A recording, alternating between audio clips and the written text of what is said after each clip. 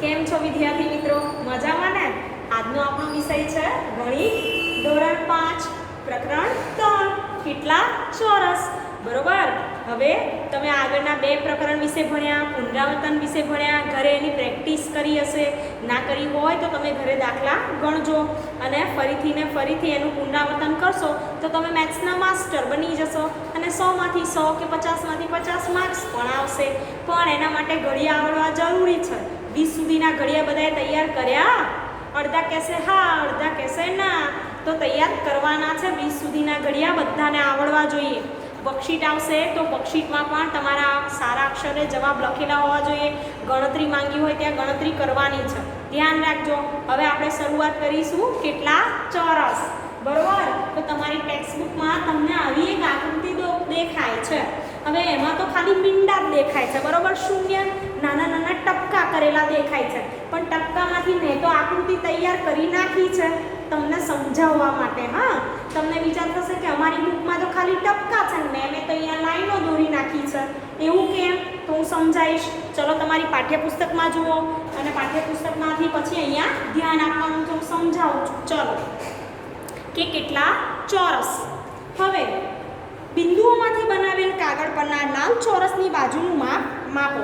આવા 12 ચોરસ વડે અલગ અલગ પ્રકારના જેટલા પણ બોક્સ બને તે દોરો.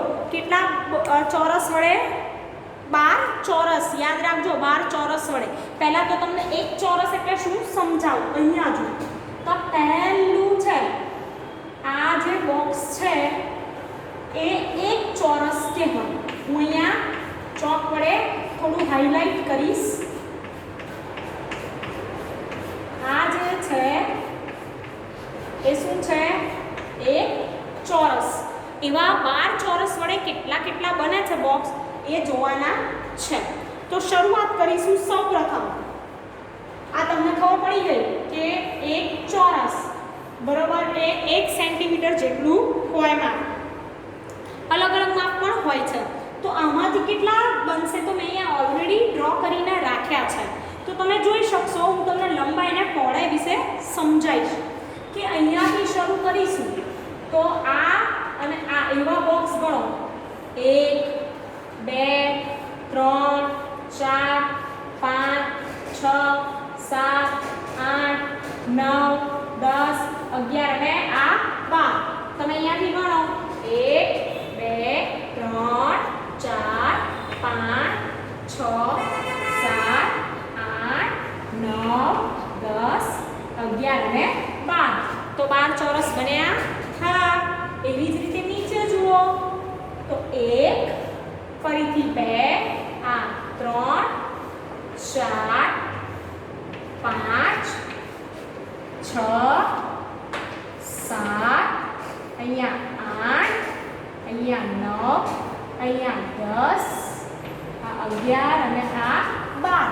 કેટલા બોક્સ વિદ્યાર્થી મિત્રો? 12 બન્યા. બરોબર. તો કેવી રીતે એનું માપ શું છે? તો તમે લંબાઈ અને પહોળાઈ વિશે ભણ્યા છો નાના ધોરણમાં. તો આ જે બોક્સ છે તો ઉપર જોઈશું એની શું થશે? લંબાઈ. આ જે છે એની થશે પહોળાઈ. બરોબર. તો પ લખીશ અહીંયા અને અહીંયા લખીશ લંબાઈનો લંબ લખીશ. એવી જ રીતે અહીંયા આ પહોળાઈ અને આ એની શું થાય? લંબાઈ ચોરસની. તો કેટલા બોક્સ છે? તો માપ કેટલું છે એનું? તો કેટલા બોક્સ છે? તો અહીંયા આપણે જોઈશું 2 લંબચોરસ બન્યા. 1 અને 2 લંબચોરસ. હું અહીંયા લખીશ 2 લંબચોરસ. હવે એ કેટલા માપના છે? તો તમે અહીંયા જોઈ શકો છો જે 2 લંબચોરસ છે એ 2 લંબચોરસ 1 ગુણ્યા 12. બરોબર. એક આવી રીત, એક આ અને આ બાજુ કેટલા? 12. એક પહોળાઈ, એક બોક્સ અને બાકી 12 આગળ. એમ અહીંયા 1 અને બાકીના 12 આગળ. તો 2 લંબચોરસ બન્યા 1 ગુણ્યા 12 લંબાઈ ગુણ્યા પહોળાઈ. બરોબર છે. હવે આગળ વાત કરીએ કે બીજા. તો નીચે તમે જુઓ અહીંયા તેમાં કેટલા દેખાય છે? 1 2 3. એ 3 છે. બરોબર. આમ આડા. ઊભાની વાત કરીશું તો 1 2 3 4. એવા કેટલા છે? 3 કેટલા છે? અરે ઊભા કેટલા ખાના? તો 3 ખાના. આડા કેટલા લીધા? સોરી, આડા 3 છે, ઊભા કેટલા છે? 4. બરોબર છે. એવા કેટલા બોક્સ, કેટલા લંબચોરસ બન્યા? 1 2 3 4. તમે ગણી શકો છો કે 4 લંબચોરસ કેટલું માપ? 3 ગુણ્યા 4. બરોબર છે. એમાં 3 ગુણ્યા 4, 3 એ શું છે? એની પહોળાઈ અને 4 એ શું છે? લંબાઈ. બરોબર, યાદ રાખજો. 4 એની લંબાઈ છે અને 3 એની પહોળાઈ છે. હવે આગળ વાત કરીશું કે તમે જોઈ શકો આ અહીંયા જુઓ 1 અને આ તો 1 2 ને 3 ખાના. અહીંયા જુઓ 1 2 ને 3, 1 2 ને 3 ખાના. ઊભામાં જુઓ આ ઊભી લાઈન કહેવાય અને આડી લાઈન કહેવાય.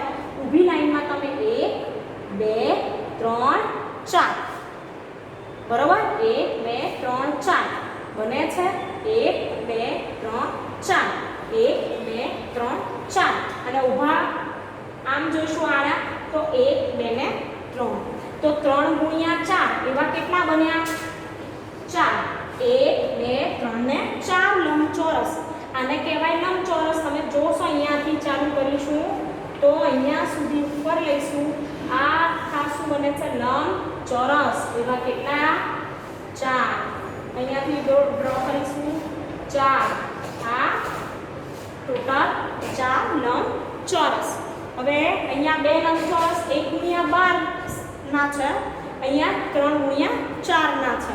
હવે એક પાછળનું જોઈએ અહીંયા કે અહીંયા કેટલા છે? તો 1 અને 2. બરોબર, 2 બોક્સ ચોરસ.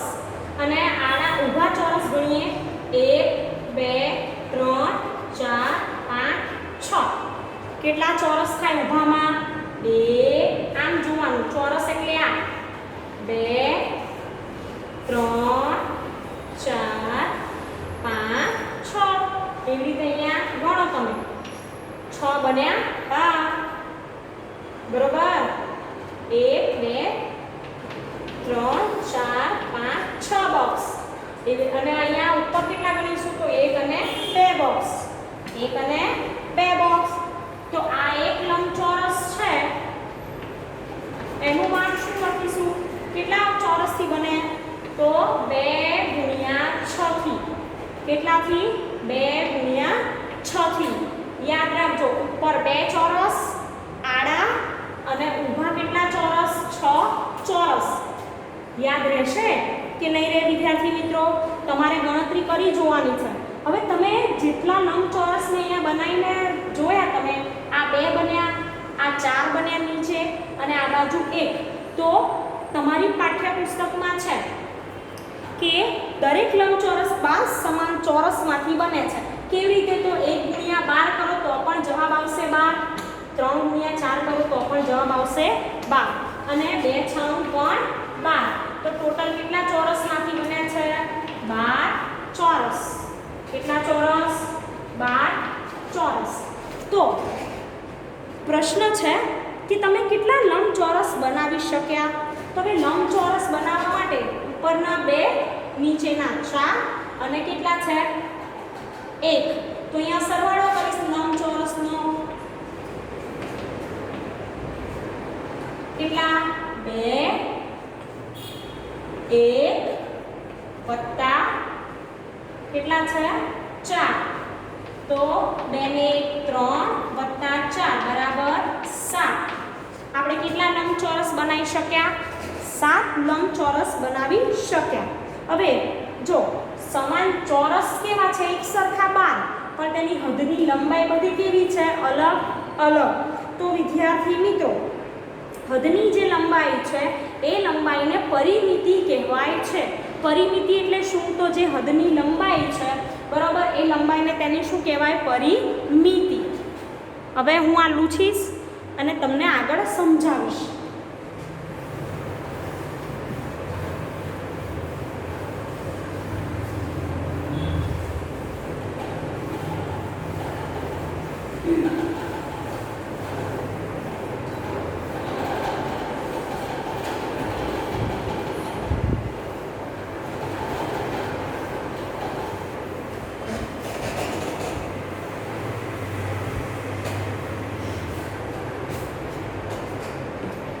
હવે અહીંયા ધ્યાન રાખો તમે, હદની લંબાઈને પરિમિતિ કહે છે. પરિમિતિની વ્યાખ્યા લખાવું છું, તમે તમારી નોટમાં લખી શકો છો. પરિમિતિ એટલે શું? તમે નોટ બનાવી હશે કાં તો ગમે તેમ નાની નોટ બીજી નોટમાં પણ લખતા હશો, તમારે લખવાની છે કે હદની લંબાઈને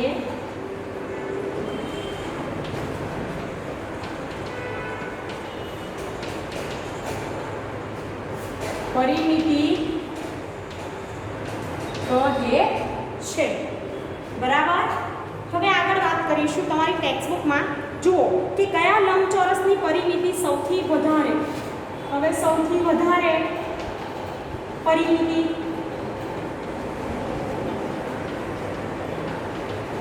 તો આપણે 3 પ્રકારના લંબચોરસ જોયા. એમાં આપણે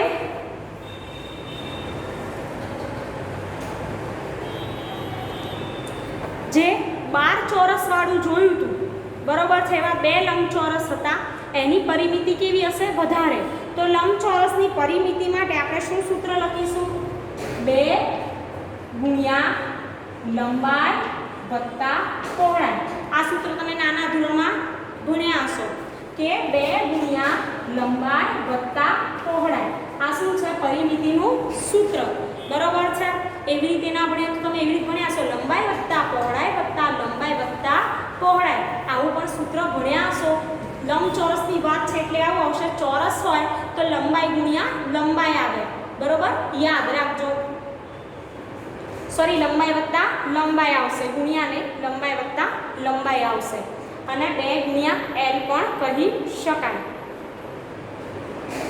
હવે અહીંયા વાત કરીશું 2 ગુણ્યા લંબાઈ વત્તા પહોળાઈ.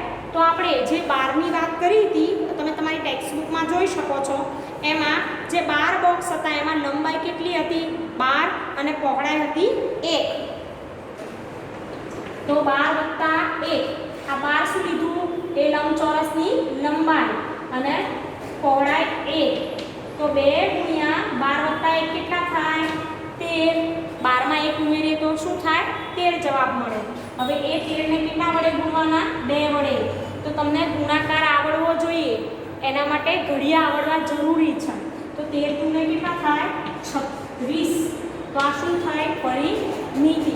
તો જે 2 લંબચોરસ હતા એ 12 ચોરસ વાળા, એની પરિમિતિ જે આ લંબાઈ પહોળાઈ આ હતી એ કેવા થશે? તો એ સૌથી વધારે પરિમિતિ ધરાવતા હશે. હવે આગળ વાત કરીએ કે કયા લંબચોરસની પરિમિતિ સૌથી ઓછી છે.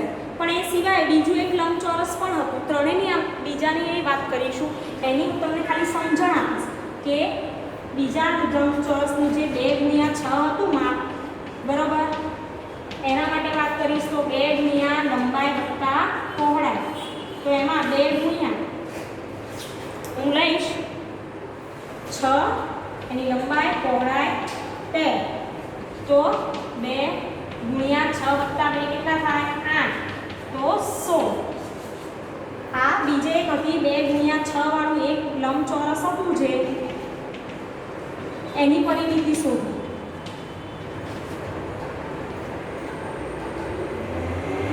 પરિમિતિ. અને આ કઈ શોધી? તો 2 લંબચોરસ હતા જેનું માપ કયું હતું? 1 ગુણ્યા 12 હતું. એ માપવાળાની આ પરિમિતિ 36, આની 16. તો તમને ખબર પડી ગઈ હશે કે જે 36 છે સૌથી વધારે પરિમિતિ કહેવાશે. બરોબર.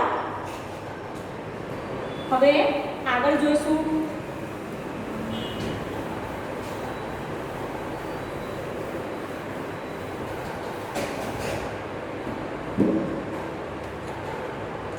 કયા લંબચોરસની પરિમિતિ સૌથી ઓછી છે. હવે એમાં જોઈશું લંબચોરસની પરિમિતિ ઓછી.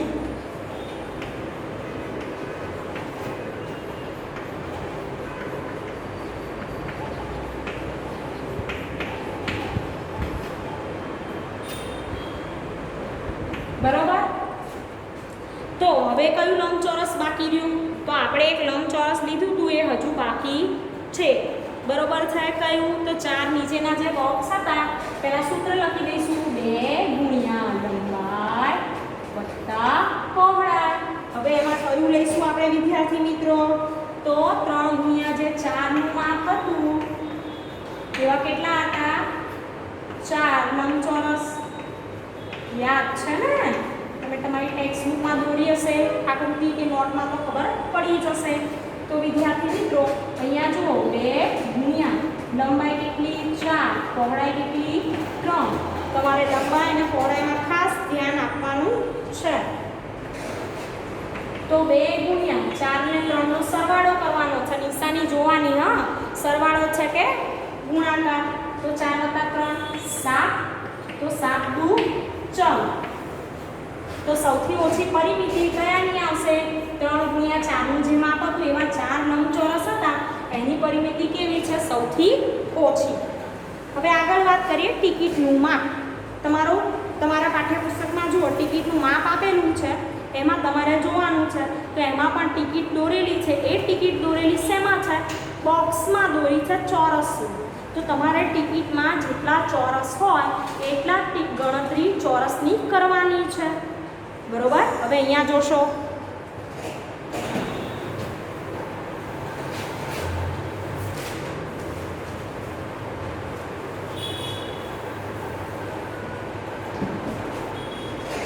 ટિકિટનું માપ લખીશ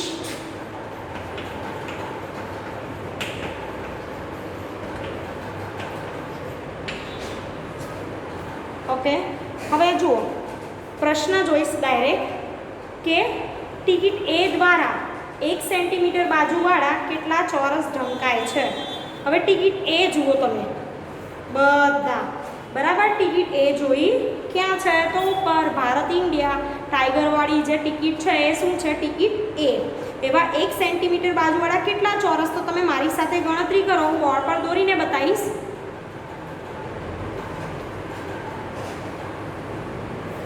હું દોરું છું તમે જોજો. અહીંયા આ તમારા સમજૂતી માટે ડ્રો કરું છું.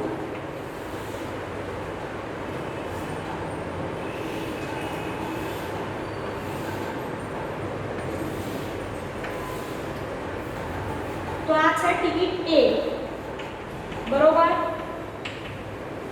એમાં તમારે જોવાનું તો કેટલા 1 સેન્ટીમીટર બાજુવાળા કેટલા ચોરસ ઢંકાય છે. તો અહીં ગણશો 1 2 3 4 5 6 7 8 9 10 11 અને 12 13 14 15 16 17 18. તો વિદ્યાર્થી મિત્રો જવાબ શું આવશે તો એ ટિકિટ દ્વારા કેટલા ચોરસ ઢંકાય છે 18 ચોરસ ઢંકાય છે. હવે આગળ વાત કરીએ કે અને ટિકિટ બી કેટલા તો ટિકિટ બી જુઓ તમે એ પણ હું દોરીને બતાવીશ. આ ટિકિટ એ હતી. હવે ટિકિટ ડી દોરું છું. તો ટિકિટ બી માં તમે જુઓ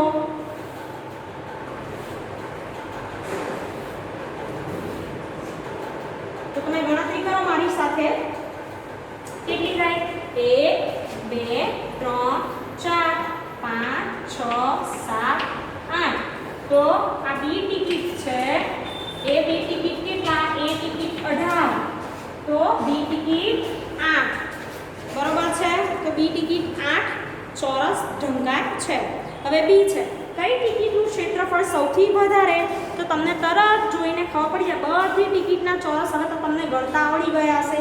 તો બી ટિકિટ છે સોરી એ ટિકિટ છે એ ટિકિટનું ક્ષેત્રફળ કેવું છે સૌથી વધારે.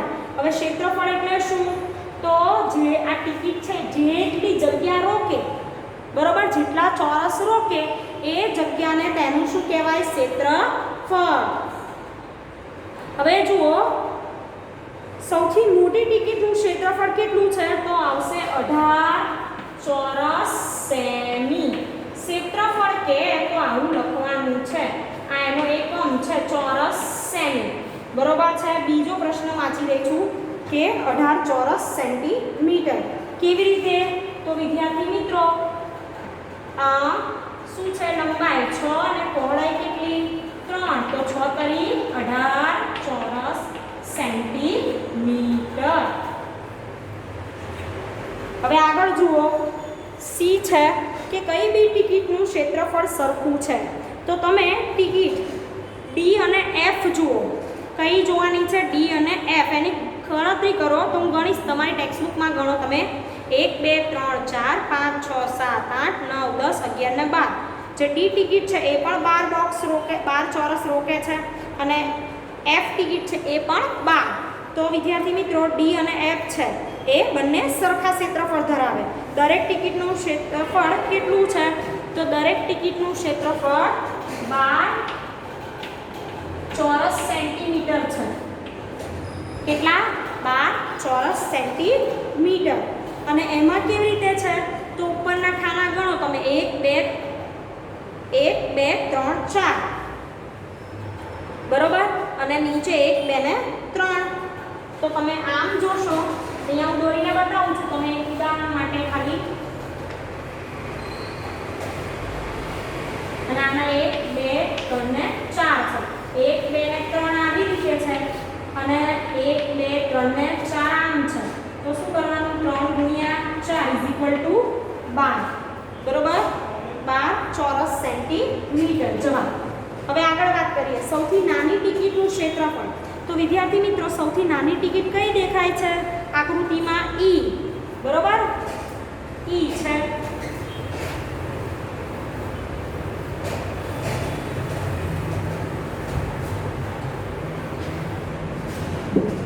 હવે ઈ ટિકિટ છે ને, જે અહીંયા હું દોરીને બતાવું છું, આ ઈ ટિકિટ છે. એમાં કેટલા 1 2 3 ને 4 ચોરસ. તો જવાબ શું આવશે? એનું ક્ષેત્રફળ કેટલું તો 2 ગુણ્યા 2. આમ ગણીએ ને તો 1 અને 2 1 અને 2 તો શું થાય 2 ગુણ્યા 2 બરાબર 4 ચોરસ સેન્ટીમીટર. આ શું થયું ક્ષેત્રફળ. ક્ષેત્રફળમાં શું કરવાનો તો બાજુની માપ હોય, જે બાજુના માપ હોય એનો ગુણાકાર કરવાનો. હવે સૌથી નાની અને સૌથી મોટી ટિકિટના ક્ષેત્રફળનો તફાવત જે ડી છે, આ ડી નું જ કીધું છે, એમાં જ મોટી અને નાની ટિકિટ છે એના ક્ષેત્રફળનો શું કરવાનો તફાવત. તો સૌથી મોટું ક્ષેત્રફળ કયું હતું આપણે એ ટિકિટનું કેટલું હતું, એમાંથી શું બાદ કરવાની ઈ ટિકિટ 18 માંથી 4 બાદ કરો કેટલા રહે 14 ચોરસ સેન્ટીમીટર. આ 14 ચોરસ સેન્ટીમીટર શું મળ્યો તફાવત. બરાબર. હવે તમને આવી રીતે કોઈ પણ ચોરસ આકૃતિ આપી હોય કે લંબચોરસ હોય તો એના બોક્સ ચોરસ ગણી અંદર તમે આવી રીતે પરિમિતિ કે ક્ષેત્રફળ કરી શકો છો. પરિમિતિમાં શું કર્યું તો આપણે બોક્સ જોયા કેટલા છે ટોટલ. જ્યારે ટિકિટના માપમાં ક્ષેત્રફળમાં શું જોયું તો આપણે શું કરીએ છીએ ગુણાકાર કરીએ છીએ. તો તમે ક્ષેત્રફળને પરિમિતિ વિશે શીખ્યા. હવે પાછળ જુઓ, અનુમાન કરો, પાછળનું પેજ ફેરવો કે કોનું ક્ષેત્રફળ વધારે છે, તમારા પગની છાપનું કે પુસ્તકના પાનાનું. તો તમારા પગની છાપ જુઓ, તમારો પગ તો કેવો નાનો હોય, હવે પગ નાનો છે અને પુસ્તકનું પાનું કેવું છે તો આ પુસ્તક છે, એનું પાનું કેવું દેખાય તમને મોટું. બરાબર ને, આટલો મોટો તો આપણો પગ હોય નહીં. એટલે ઘણાના પગ તો મોટાય હોય પણ આટલા બધા મોટા ના હોય. તો વધારે કયું આવશે પુસ્તકના પાનાનું, યાદ રાખજો. પછી છે કોનું ક્ષેત્રફળ ઓછું છે. તો વિદ્યાર્થી મિત્રો અહીંયા કીધું છે એક સાથે 5 રૂપિયાની 2 નોટ. હવે 5 રૂપિયાની એક નહીં 2 નોટ લેવાની, 2 નોટને ભેગી કરવાની. બરોબર, અને 100 રૂપિયાની એક નોટ. તો 100 રૂપિયાની નોટ હોય ને 5 રૂપિયાની 2 નોટો લીધી હોય તો કોણ મોટી લાગે? વિચારો વિચારો. હા, હવે મગજમાં લાઈટ થઈ હશે કે કોણ આ શું આવે જવાબ તો 5 રૂપિયાની જે 2 નોટ ભેગી કરી છે એનું વધારે હશે 100 રૂપિયાની જે નોટનું ક્ષેત્રફળ છે કેવું હશે? ઓછું હશે. જે વધુ જગ્યા રોકે ને એનું ક્ષેત્રફળ મોટું, જે ઓછી જગ્યા રોકે એનું ક્ષેત્રફળ કેવું? ઓછું થાય. આવું યાદ રાખજો. ક્ષેત્રફળ એટલે ટૂંકમાં શું? તો વસ્તુએ રોકેલી જગ્યા, તેનું શું કહેવાય? ક્ષેત્રફળ. હવે નીચે જુઓ, સી છે કે 10 રૂપિયાની નોટ જુઓ, તેનું ક્ષેત્રફળ 100 ચોરસ સેમી કરતાં વધારે છે. તો ના, 10 રૂપિયાની નોટ હોય એનું 100 ચોરસ સેમી કરતાં વધારે હોય નહીં, એટલે નાનું હોય. પછી ડી છે કે વાદળી રંગના આકારનું ક્ષેત્રફળ પીળા રંગના આકારના ક્ષેત્રફળથી વધારે. તો ના, બંનેનું કેવું થશે? એક સરખું. કારણ કે બંનેનું શું કર્યું છે? ત્રિકોણના માપ કેવા થશે? સરખા થશે. કારણ કે બંનેને વચ્ચેથી ભાગ પાડેલા છે. પણ જો આગળ પરિમિતિની વાત કરવામાં આવે, ઈ પ્રશ્ન છે કે પીળા રંગના આકારની પરિમિતિ વાદળી રંગના આકારની પરિમિતિ કરતાં કેવી છે? વધારે કે ઓછી? તો જે પીળા રંગની પરિમિતિ છે એ ઓછી આવશે અને વાદળી રંગ છે એની પરિમિતિ કેવી રીતે? વધારે. તો અહીં ગણાવી દઈશ તમને એક લાસ્ટ.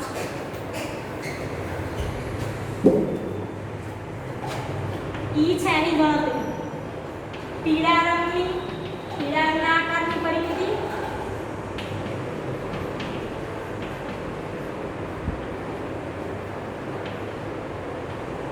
અને વાદળી રંગ.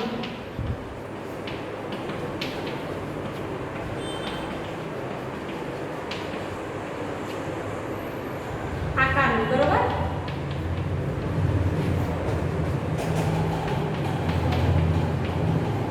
હવે ગણતરી કરીશું તો તમને આવડશે. અહીંયા હું તમને લખાઈશ કેટલું માપ છે? 2.5, 3.5, વત્તા 2.5 વત્તા 3.5 એનો સરવાળો કરીએ ને તો 2.5 વત્તા 2.5 કરો કેટલા થશે? તો તમે ગણતરી કરતા આવડવું જોઈએ. હું તમને ગણાવીશ. 2 ને 2 4 ને અડધું ને અડધું કેટલા થાય? 5 થાય. હવે અહીંયા 3 ને 3 6 અને અડધું ને અડધું ઉમેરીએ એટલે કેટલા? 7. તો 5 ને 7 કેટલા થાય? 12 થાય. એવી રીતે વાદળી રંગમાં પરિમિતિ ગણવાની છે. તો એનું માપ હું લખાઈશ 3.5 વત્તા 5.5 છે. હવે ગણતરી કરતા આવડી જોઈએ. 3 ને 3 ઉમેરો કેટલા થાય? 6. અને આ અડધું અડધું કહેવાય. 0.5 એટલે અડધો અડધો, એટલે અડધો ઉમેરીએ તો કેટલા થશે? અડધો અડધો ભેગો મળી 1 થાય. તો 3 ને 3 6 ને 1 7 વત્તા 5.5 તો શું થશે? 12.5 જવાબ આવશે. તો તમને ખબર પડે આ 12 છે અને આ 12.5. તો